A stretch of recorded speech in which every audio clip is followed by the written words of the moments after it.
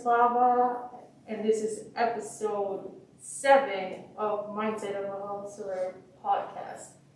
And today I am very excited to have my friend Sasha Galikeeva today, and we're actually going to be talking about Spinal Cord Injury Awareness Month, which is in September. When this comes out, it will be October.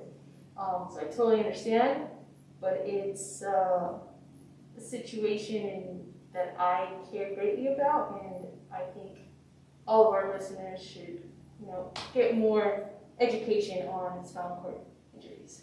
So, Sasha, welcome. Thank you. Thank you so much for having me. I'm excited. Yeah.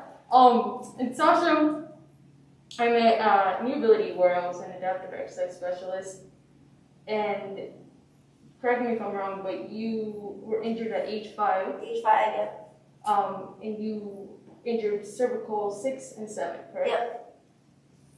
Maybe you can just explain a little bit of that. Yeah, so your spinal cord is divided into cervical, thoracic, and lordotic. And so your cervical is in your neck.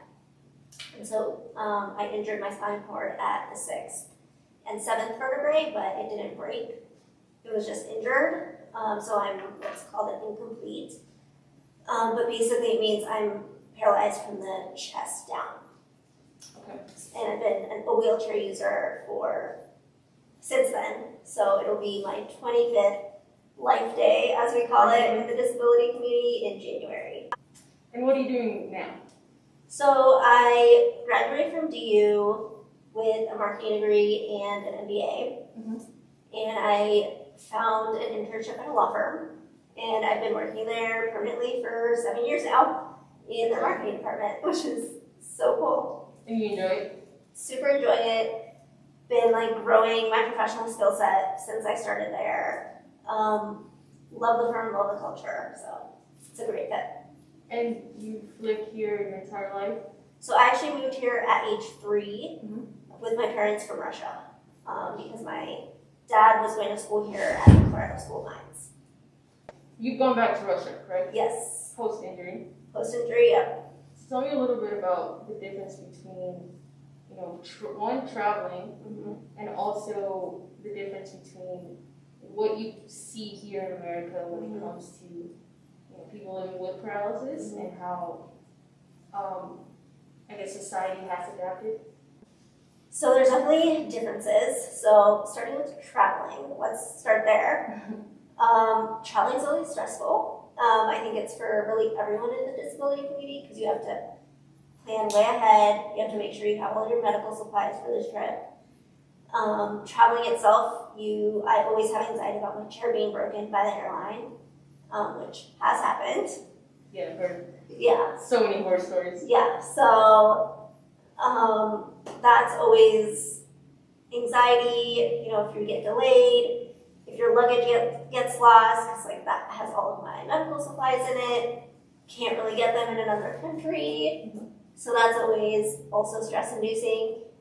But for the most part, I've never had anything super bad happen, thankfully. Knock on wood. But I would say the US is definitely much more, accepting of people with spinal cord injuries, or even just with disabilities. I go out on the street and I see other people with visible disabilities. I'm sure you do too, right? In Russia, I was there last summer for 3 weeks. Never saw another person with a disability. Interesting. And part of the reason is because it's not accessible. Some places are. It's getting better. Last year was the first year that I was super impressed by it. They had a whole park that was completely accessible, which was exciting, but also it's you only have that now in 2019. And so that's nice, but it's definitely also a different culture when it comes to people with disabilities. So there's times where the person who's with me gets talked to instead of me. And do you see that happening here as well? It doesn't happen with me here, but I have heard of it happening to other people here. And where do you think that is coming from? Well, I think one, people don't see people with disabilities a lot in Russia. So they're like not sure what to do. I honestly think that's the biggest part. Yeah. Where, someone just doesn't know how to react. Yeah, exactly. And like honestly, like if you get injured there, you most likely cannot leave your apartment because a lot of apartments, they may have elevators, but there's stairs leading up to the elevator. It's ridiculous. So there's nothing like the ADA, like we have here, the Americans with Disabilities Act, which does give us rights to work, to be in buildings, to have them be accessible. There's nothing like that in Russia. What improvements can still be made? Because I know there's so many more improvements. So many. So we actually celebrated the 30th anniversary of the ADA back in July of this year. I say celebrated, but really we kind of just marked it, and there was a great discussion online between people of the disability community of it's really not enough at this point. It's been 30 years, and there's still buildings that say like, oh, we're a historic building. We're not going to change to make it accessible and inclusive for everyone. Obviously, we have the right to work. We have the right to healthcare, things like that. But I think especially this year with the COVID pandemic, we've seen how easy it is to make changes like instantly. People are now working from home, which is great. Remote schooling. I've heard examples of people asking for remote schooling at colleges because they might have chronic pain and there might be days where they can't get out of bed to go to class. That problem is now solved. And it wasn't before. Yeah. So it's not part of the ADA. Yeah, they were making excuses like, oh, like, we don't make our professors record lectures, things like that. So delivery from grocery stores, things like that. So I think there's so many examples of what kind of the pandemic caused and the changes that were made overnight, basically, that I hope stay to make workplaces, schools, just social clubs, social places more accessible and inclusive. So you kind of just brought up something different when it comes to COVID. Yeah. When people talk about COVID right now, they're saying, man, we're missing out on so many things, like life sucks right now, but you're talking about all the benefits and positives that have come out of COVID, especially when it comes to people living with a disability, living with paralysis. Yeah, I mean, another example I read about was a man who always wanted to attend his church's club, social club. He was never able to because it was in a building that wasn't accessible. They moved it online, and now he has this whole new community of people that will most likely go away when the pandemic's over. Yeah. I actually didn't completely think about all of this prior to this. Yeah, I'm sure. I'm assuming a lot of people didn't think about it. So I think that just speaks to, are you making your workplaces, where you learn, inclusive, where you have social gatherings?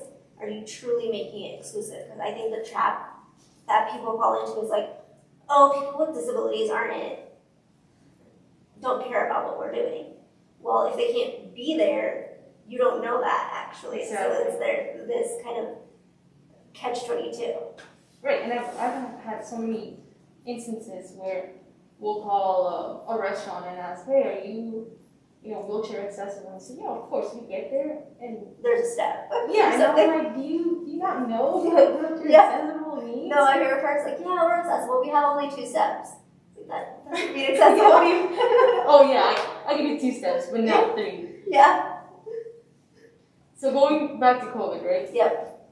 And we're wearing masks right now if you're watching the video, because I wanted to protect you. Yeah. I super appreciate that. Yeah, of course. And if you can explain it just a little bit as the importance of basically maintaining health, and how COVID has impacted you directly. Yeah, so this has been a huge kind of change when COVID happened. Pre-pandemic, not only was I working, but I was also getting integrative therapies 3 to 4 times a week. So that includes massage, acupuncture, physical therapy, going to work out at New Ability. obviously that has all stopped. And now when things started opening back up, I'm basically at half the amount that I used to be when it comes to doing those integrated therapies. So I would say like I've increased pain, I have increased kind of just tightness in my body. That means I have to do more at home. Thankfully I have more time, but it's definitely another thing kind of on my to-do list daily, like checking in with my health, checking in with my body. How am I doing? Because I know if my mental health starts declining or my physical health starts declining, so does my mental health. Right. And then that affects your productivity, it affects your social life, affects your work.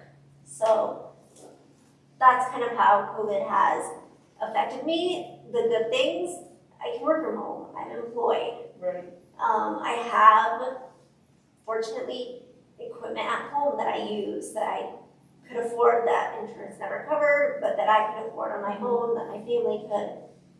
So I have that capability. A lot of people don't. I mean, I know disabled people who have not left their house since March. Yeah, and people living with paralysis are in that high risk box. Yeah, so we're immunocompromised, so you get sick easier, we're sick for longer.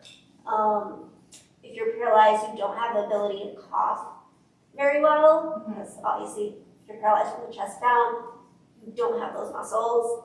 I, in addition, have scoliosis, which means my lungs are restricted as well, so I kind of have that added risk as well. Right. So, and you touched on, you said you can afford certain equipment and some people can't. And I just want to say a little stat that I found. The average health expense in the first year is around $340,787. Yeah. Which is insane. And every year after, it's around $41,000. Yeah.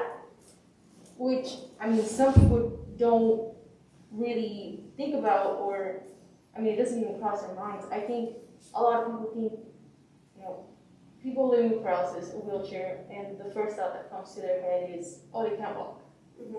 And I think that's it. And there's nothing, going through their head about, medical expenses or pain or spasticity, or when it comes to bowel and bladder. There's so much more in depth. And this is why this podcast is so important to me, because I came to a realization, prior to new ability. Of course, I was completely guilty of being, unknown, I guess, to this, and the whole Making Spinal Cord Injury Awareness Month is very important.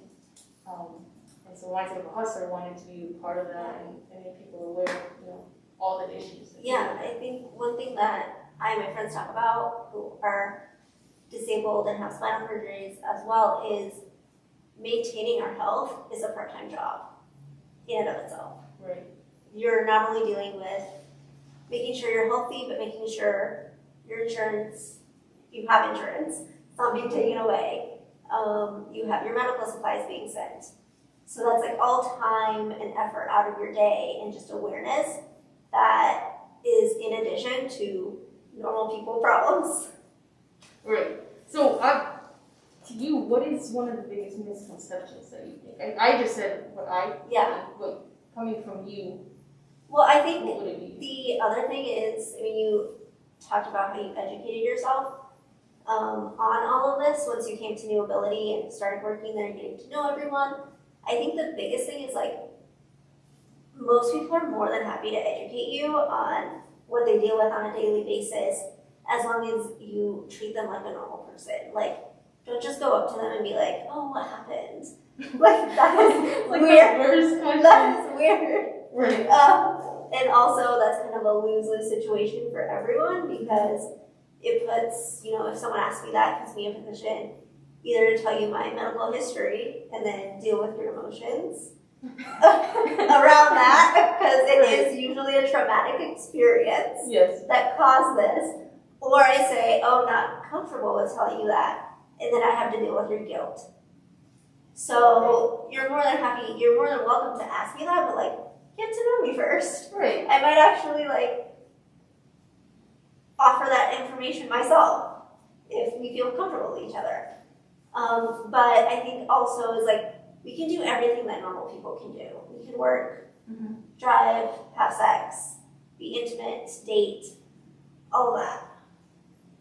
And okay, when you say people approaching you, Yeah. I always get asked like, you know, do we ask if they need help, or how do you feel when it comes to that? So I don't mind being asked if I need help, but if it's clear that I've got it, don't. I think there's a lot of times where I'm basically just going down the street, clearly being okay, not struggling, and people are like, oh my God, do you need help? But if someone's visibly struggling, then do offer. Don't be mad if they say no. Right. And what I have also noticed is, you know, some people are overly nice. Yes. And I want to get your take on that, and if you've experienced that as well. I mean, well, yes. Also, don't be, when you are in that situation, they say yes, like, please help me. Listen to them on how to help. Don't assume how to. Because there might be, maybe they're asking for help to get into their car or something like that. Don't just like take their chair away and put it in the back, right, of their car. Right. That's not gonna work. If you could change someone's view or someone's opinion on spinal cord injuries, what would it be? I mean, I think the big thing is we're normal human beings. I think also you have to keep in mind each injury is unique, each disability is unique. So just because you know one person who has a spinal cord injury or one person who maybe is blind, if you meet someone else, don't assume they have the same experience. Right. So you got injured very early on, Yeah. 5 years old. Just coming from you and, you know, living your majority of your life in a wheelchair. There's, you know, people who were injured very early on or were born into a wheelchair, and there's people who were injured later on. What? I guess my question would be like, if you had a choice, what would it be? That's a great question. I don't think I'd change anything. I have another friend who was injured at the same age, and we've talked about this, how we kind of wouldn't change to be injured later in life because we're so used to basically just living our lives like this. I personally don't have memories of walking. So everything that I've been taught or learned or figured out on my own has been in a chair. Right. And I think if I got injured like as a teenager or later on as an adult, it would have been a huge change, probably way more traumatic. But I think I'm happy with how my life has gone. Super fortunate to have a great support system. Have had really good health throughout my almost 25 years of having a spinal cord injury. And I have a great family that supports me as well. So I think support system is not just in spinal cord injuries, but in life in general. Yes. I'm always big on, you know, having the right group around you that are supporting you mentally, physically, encouraging you.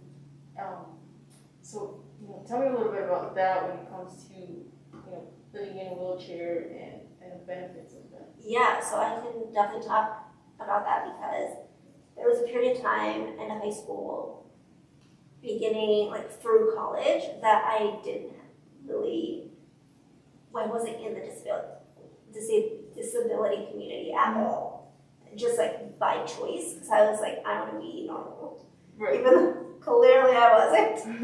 And then in about 2015, I started going to the Chanda Plan Foundation, the Chanda Center for Health, and there it's filled with people who have long-term disabilities and kind of this invisible weight that I didn't know I had came off my shoulders because I was in a community of people like me. I could get advice. We could commiserate.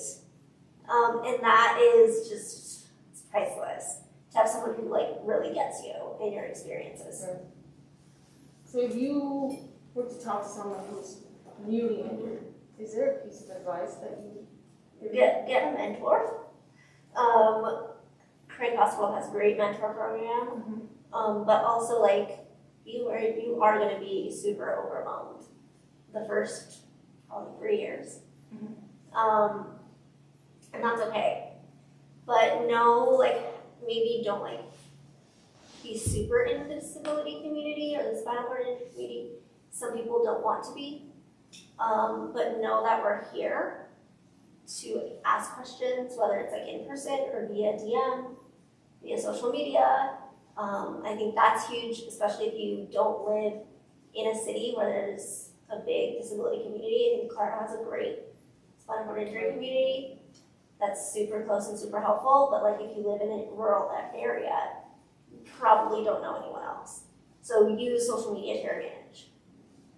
And same question goes to able bodies. Yeah. I think you have a life completely different than me. You know, we started this because everyone has a story, everyone has something to give. So what is your advice, for everyday people? I think it's diversify the content that you're consuming to include marginalized voices. That includes disability community, because just being aware of what we go through, what we're fighting for, and that doesn't just apply to the disability community, that includes Black community, someone with a different sexual orientation, different gender, just to get a different idea of what's going on in the world and a different perspective. So tell me a little bit about some of the organizations that you have mentioned already that you care about. Usually, let's say we have someone who has a business, will share their webpage and social media, but I want you to share more web pages and I guess resources where people can go and learn more about spinal cord injuries if they have more questions or if they want to help or get involved in any way. Yeah, I think, New Ability, I feel like that's close to both our hearts. They have a fundraiser October 30th, so go to their website and check that out. That's newability.org. Yep. And then the Chanda Center for Health, they have a lot of resources for people who have long-term disabilities. They also provide grants through their foundation for coverage for therapies that aren't covered by insurance.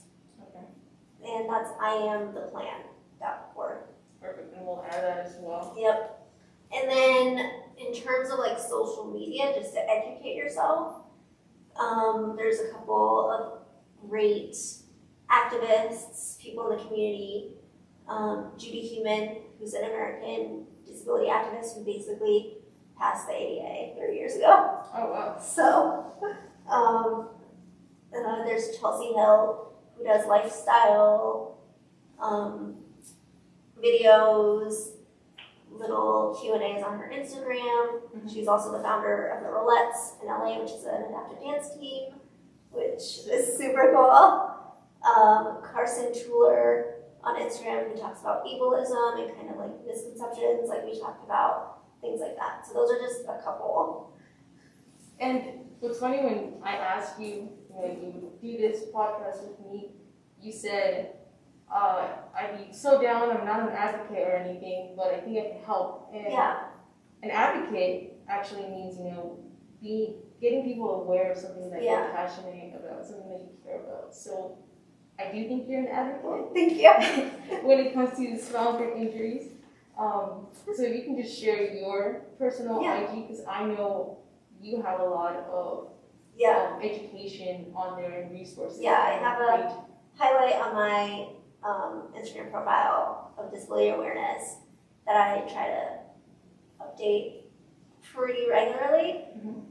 And my profile is Sasha Galikeeva, Sasha, last name Galikeeva.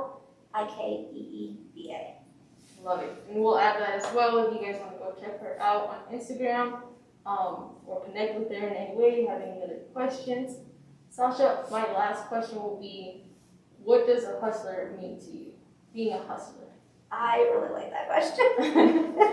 I think it means reaching your goals, but also making sure you're benefiting the people around you and your community as a whole.